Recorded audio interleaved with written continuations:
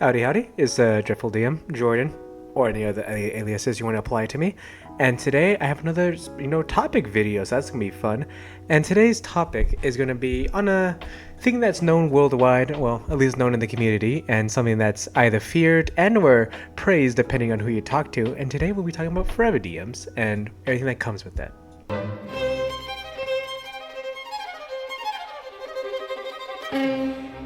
You may be raising your hand like, hey, Mr. Dreadful, what is a forever DM? And don't worry, my sweet child, I'll explain that to you right away. A forever DM or forever GM, the Dungeon Master or Game Master, whichever one you prefer, is a person, individual who the responsibility of being the DM, the GM, in a party, in a game, in a situation, all times, no matter what occurs. So you could be simply in a group of friends, you could be in Adventures League, you could be in whatever situation, no matter what happens, hell or high water, you will be DMing the game. You will be controlling the story, you will be making up the characters, the NPCs, you'll be doing the whole thing until the heat death of the universe. And some of that might sound good, some of it might come a little bit negatively depending on your views of being a DM, and yeah.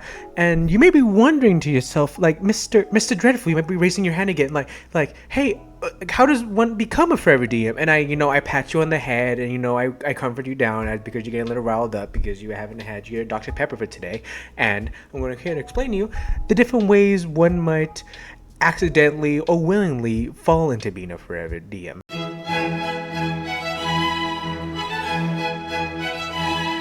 So, how does one become a forever DM? And let me paint a little story for you to explain the first type of example. Let's imagine this is a situation that happens to many of us, to a lot of the current players and a lot of current forever DMs, in which when you're first starting off and getting into Dungeons & Dragons, Pathfinder, or whatever, TTRPG you decide to go to, you start looking into things. You might run into something called Critical Role, something called Dimension 20. You show it to all your friends, and all of you start watching it together. You start talking about it, and all of you start getting that little itch, like, hey, let's run our own game. How hard could it be? It could be pretty fun, You guys figure out a time, you guys figure out a place, or who's gonna bring the snacks. You guys start making all your characters, the ideas, the kind of stories you want to do. Like, oh, should we do a little mystery, campaign? Oh, should we do a, classic dungeon romp? And you guys are talking back and forth. But then the idea comes around, everyone realizes, like, wait, who's gonna DM this? Who's gonna, lead the story? Who's gonna make this whole thing? And everyone falls silent because everyone's a little bit nervous. It's like, oh, do I want to raise my hand? Do I think I'm capable? And everyone kind of awkwardly sits there for a second. And, you think a second, and you think back to Matt Mercer, you think to Brendan Lee Mulligan, and you're like, you know what? I can do it. You think, how hard can DMing be? It can't be too taxing. It's only making a couple names, some general story arcs, and then like some random places. Like, how hard could that be? So you raise your hand and you say, I can do it. I can do it, my friends. And everyone starts praising you and acting like you're the new prophet. So you spend, your first couple week or two prior to the first session, maybe putting some simple parts together, putting things together. Maybe you even decide to, like, hey, let's do like one of the modules. Let's do like the Minds of Fandelver or something, just so we can dip our toes a little bit into it. And you run through it. You guys have a good time. You're just like, hey, this is actually pretty fun. You realize, hey, maybe there's a little more to DMing, but this is all right. And at the end of the campaign, maybe the end of the module, the small little thing you run, everyone's like, nice, we should do that again. And then everyone looks at you. It's like, okay, and you're a DM. But you realize, like, hey, I would want to, be a player. That sounds pretty cool. And everyone's like, but you're so good. You did great last time. And everyone's like, yeah. And you're like, you know what? Yeah, I can do it again. And then you run through a whole campaign. Maybe you create your own this time. You make this whole story, interwoven plots, different relationships between all the NPCs and characters and characters. You make this whole deep backstory and lore all the way down to like the currency exchange rates in your world. You go through this. Maybe it takes a whole whole year, maybe even two. And at the end of it, you're like, wow, that was really great, guys. Should we run another campaign? Does anyone else want to DM? Everyone looks at you. It's like, no, you're doing great. You should do it. And then the cycle happens again. You make a whole new world. Maybe you create something already existing in your current one. You go through it maybe 1, 2, 3 years. At the end of that campaign, you're like, wow, guys, that's great. I would like to be a player. And everyone's like, oh, but you're so cool. You're doing such a great job. You're such a great DM. And you're like, yeah. And then another 2 passes, and you're just like, hey guys, can I be a player and everyone's like, oh, well, I'm a little busy nowadays. I got some kids. I got the wife to worry about. And then you're just kind of stuck there like, oh, I can DM, so it makes it easier for everyone. It's like, yeah. And then the cycle just continues and continues. And you don't know what it feels like to roll a d20 that's not hidden behind a little piece of paper, maybe a piece of cardboard, maybe something. You don't know what it's like to have a story unfold before your eyes, and maybe you long for the times in which you remembered when you were in your, maybe laying in your bed and your father, your mother, maybe your parental guardian read you a bedtime story, and you got to feel the story just open up to you, and you got to feel the wonderment and amazement of just the unknown of what would happen. Who is this cat in the hat, and you miss that feeling. You miss, looking up to your father, your mother, and looking at them while you read a bedtime story, and you realize that, like, hey, you kind of miss, having a story be told to you, or witnessing different plot points as something happened. Maybe you miss, just the aspect of the mystery and not always being the one to control it. Maybe you want to have a little bit release, but ultimately you make some funny name characters, you create another plot point that you tried nothing. Maybe you even try to do a different TTRPG. Maybe you do an Alien. Maybe you do the SpongeBob TT. Maybe you become Helldivers and you try to spice things up. You do everything. There's only so many times you can reference Half-Life, only so many times you can reference Splinter Cell. There's only so many times you can reference, Sherlock Holmes and your games, and maybe the plot point starts getting tired and your group gets a little annoyed with you, and you're like, I ran out of ideas. I ran out of ideas 4 years ago. I've just been reading the Teletubbies, fan pages, and that's when I've been getting all my information from. And you kind of just sit there and, after so many years of so many stories being told, and you kind of just look into a blank Google Doc, and you just see the little blinking typing cursor, wondering what you should put. And then you just sit there and wonder if really this Jurassic Park / Alien / Fallout TTRPG is really what you want to go for. But your friends say you're doing great, so you just start typing away, start making new backgrounds, new characters. You use the word average Joe 45,000 times in your previous writer documents just for random NPCs, and you already had 3 different stories that got derailed because there was one guy that wanted to go to one specific book in the library, and that's where he made his whole personality was, and that made a whole different divergence of the story and different lore and different stuff. And you've lost friends and different connections because all you can do is DM, and you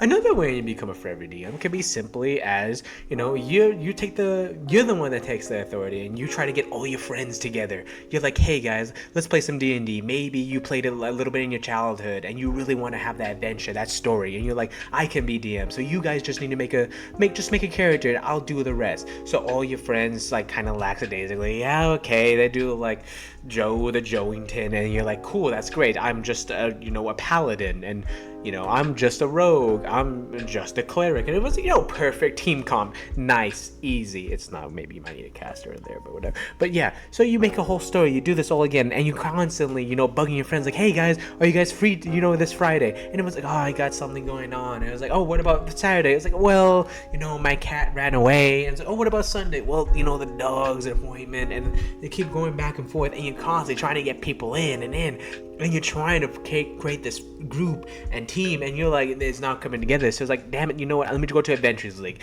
let me go to my local game shop, let me do this, let me DM for people there. And then you realize when you get there, people are just people. You get a mix of like the younger crowd that seeing Critical Role and wants to be, this heavy role-playing front in which the story is the main center focal point, and maybe combat and other things every once in a while, maybe every 2-3 sessions or something like that. And then you also get mixed with the older crowd from second edition, when they're talking about yelling something about Thaco in the corner, and they're like, I just want to fight a mimic, and you're there like, oh my god, I'm just trying to please everyone. And then you lost, and then someone gets mad at you because you remember the 14th line in the backstory that perfectly explains why guy Crash Bandicoot belongs in this campaign, but then you realize this guy over here says that Sonic should be this, and then the Magic the Gathering player is just fucking bringing in Chandra, and you're like, what is going on? and you're getting lost, and then you just close the book, you close up your little divider, you get up, and you're like, you know what? I'm just gonna play Magic instead. You know, the Spider-Man set came out. I'm excited for that. And then you open one of the packs, and you get 4 schmears in that pack. And then you realize that I just hate everything. And so you walk down to the liquor store, and you get a little bit of an addiction to alcohol. That's the only thing that makes you feel anything nowadays. And there's a sale on like a 4-pack of Fireball, and you're really excited. So you just get stuck into there. And then after many years, you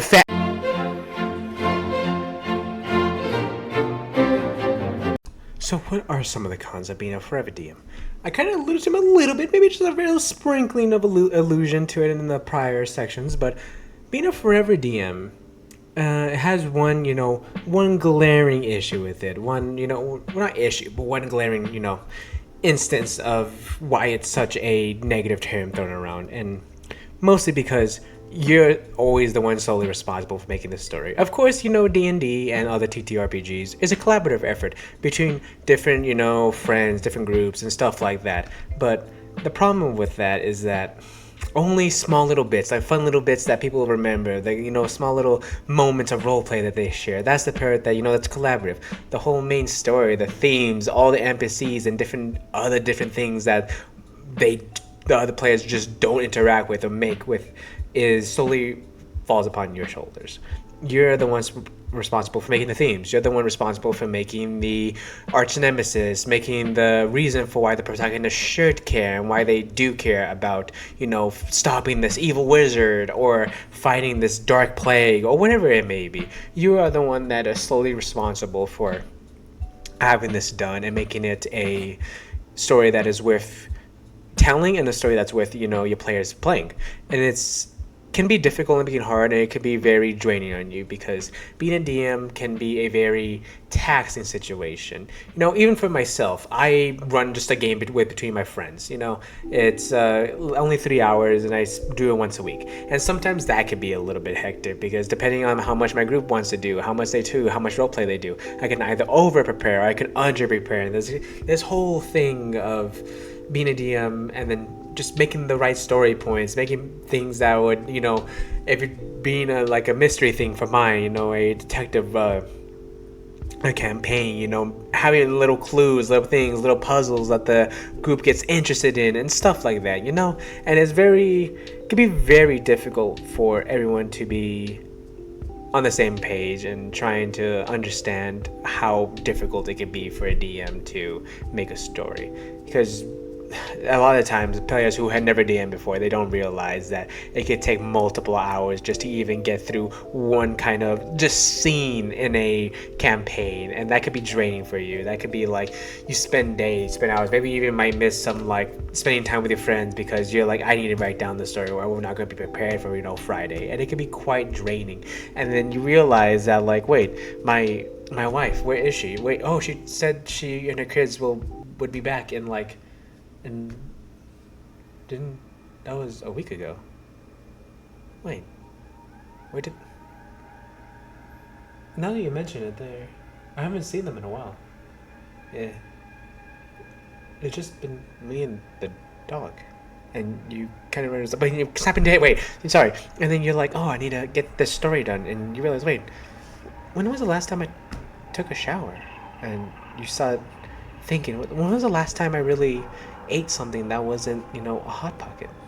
You start wondering, and you start thinking, wait, you start looking around, and then you start, trying to turn on the light, but then you realize that the light switch isn't on. You kind of look around, and you try to turn on the water, and you realize the water's on. You can't even get a glass of water to cool you down. You're like, wait a second. You look around, and it's just a dark, empty spot, and you start realizing, wait, the campaign, I have to write this new story arc for my friends. That was going to be very disappointed. So you start writing it down. You're like, oh, and this dude, Jebediah from down south, some you're like, oh yeah, Western, little Western spin to it. So you start writing, and you start typing, and you're like, yeah, this is really fun, this is cool. And then you look around, it's like, you see a mountain of trash of just old takeout, and you just realize that you're kind of in this roach infested spot, and you're like, wait a second. You're like, but wait, I need to get the correct tokens down. I need to paint this little miniature from my group, and then you realize that wait, all my time has just been spent on being this DM for a group that just spend most of their times on the phone. And you kind of realize, you look around, that you don't even know what birthday, when your son's birthday is. You try to think, is it, no, it's October. No, it's August. Wait, is it February? You start thinking, you start looking around, and you're like, wait. What, the campaign? You kind of start breaking down seconds. It's like, wait, I need to write the story. Wait. Where's my wife?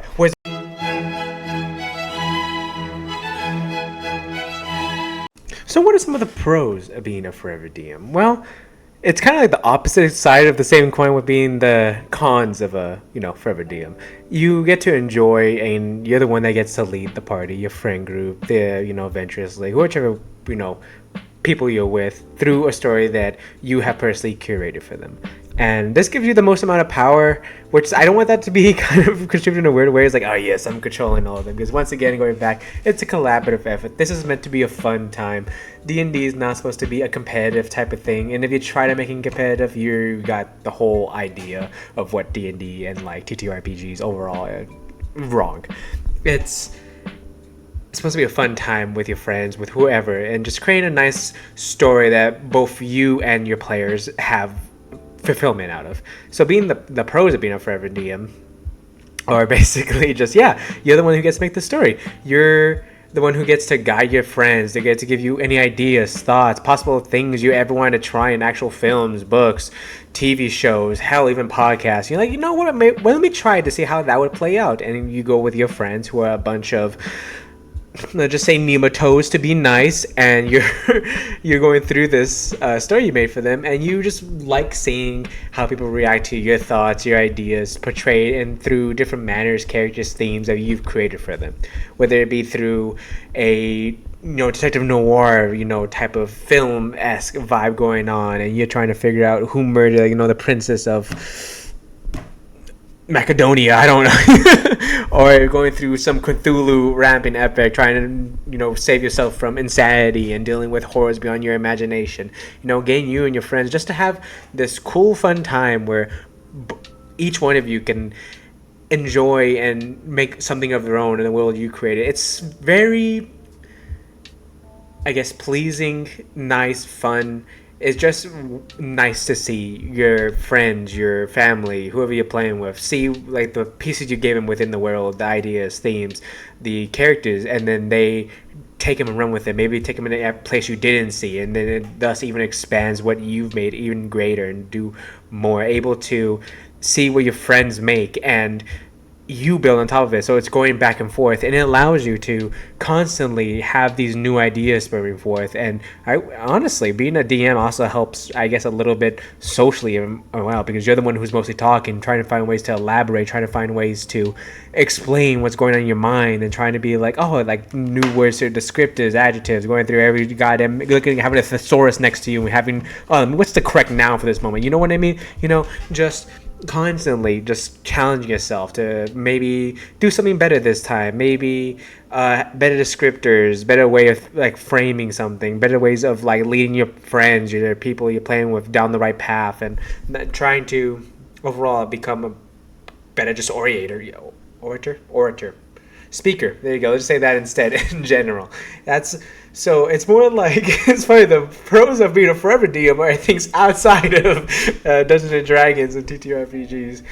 A lot of them are, but overall, it's like, to be honest, a large one is also being like, you are the beacon for your group, that like no one has to step up, and there's no awkward one, there's no like, I guess, hold on the group because no one wants to be the DM. So like you have this idea, everyone wants to play, Dungeons and Dragons, but no one wants to be it. So it's like it just falls dead, and no one talks about it for like months, and then you come back. It's like, hey, anyone want to do it? Then no, okay, but yeah. So it's basically, you could be the one that gets the ball rolling. So people will get to listen to you, talk to you, and it's supposed to be just a fun time overall. So Yeah, I mean the pros are like honestly, yeah, just a lot more outside, just more stepping out of your comfort zone in terms of speaking, the way you're describing stuff. Willing to hear people, understanding, deal with arguments. D&D is a great way of finding like good middle grounds and dealing with arguments, and a good way of practicing with that because it's very low stakes. We're rolling dice and like moving stupid little character tokens around. We are not. This is not life or death. This is not supposed to be taken seriously. So it's a great way of just becoming more sociable and more understanding and able to become a person who's able to find a middle ground between different parties, ideas, outlooks, and different ways of dealing with it. And it allows you as a DM and as a player to like understand, have some boundaries for yourself, and be like, don't always be in a pushover. Because if you're gonna be a forever DM, you're gonna have to have some good boundaries for yourself and what you're willing and not willing to do. It can be everything from the way how you explain like the viscera of someone who's been mangled, or limiting the ideas of like romance with them. Like you like the players could do it, but maybe you don't feel comfortable flirting essentially with your friends. So you're like, hey, I'm not comfortable with this. So yeah, it's it's a DMing. Yeah, being forever DMing. Just like, yeah, you get to be a good person. You get to be a well-rounded person if you do it like this. But of course, ultimately, I think it's interesting because when you're forever DM and you try to get all these ways of describing and trying to do things and trying to become a better player person for your group, it's almost like it falls on deaf ears sometimes.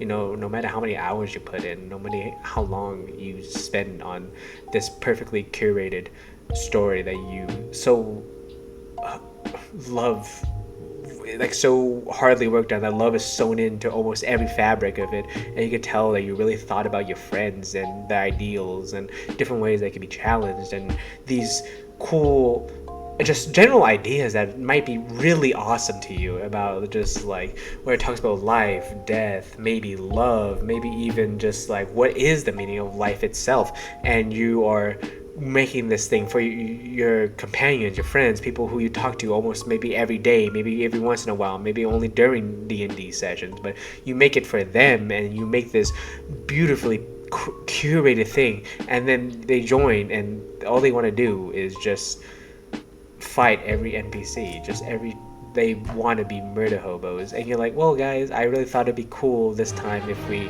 would do a little something different and try not just to be horrible people, and maybe try to be have some morals. But then they see a small child and they punch the head off, and you're like, oh cool. They see some poor old woman across the street and they're like slice her leg off, and you're like, oh. So all the time, the energy, the money you spend on buying little miniatures or buying the proper, online tabletops to get your friends available, going to every single one of the needs and making sure that you are able to play with your friends. And every single time they take, the time, the love, the effort you put into the space and for them, and they just use it to wipe the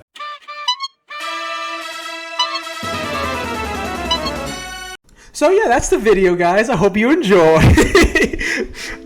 This is a little bit of a different one. I'm wearing a hat. I know that's a big difference. So, pretty cool type shit. No, okay, but it's this kind of evolved into devolved, more like evolved into something I wasn't expecting. It was supposed to be a little more like, oh, what's a forever DM? What's this? What's that? And then it became kind of a internal crisis with my psyche. So that's pretty fun. That's pretty exciting, and I'm.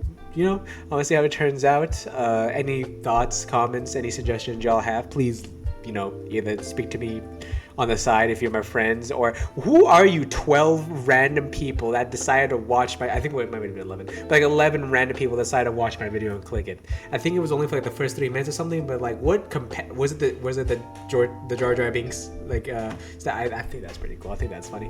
But like, who are you people? But yeah, tell me what y'all think personally on the comment section of this video. Like, subscribe. God.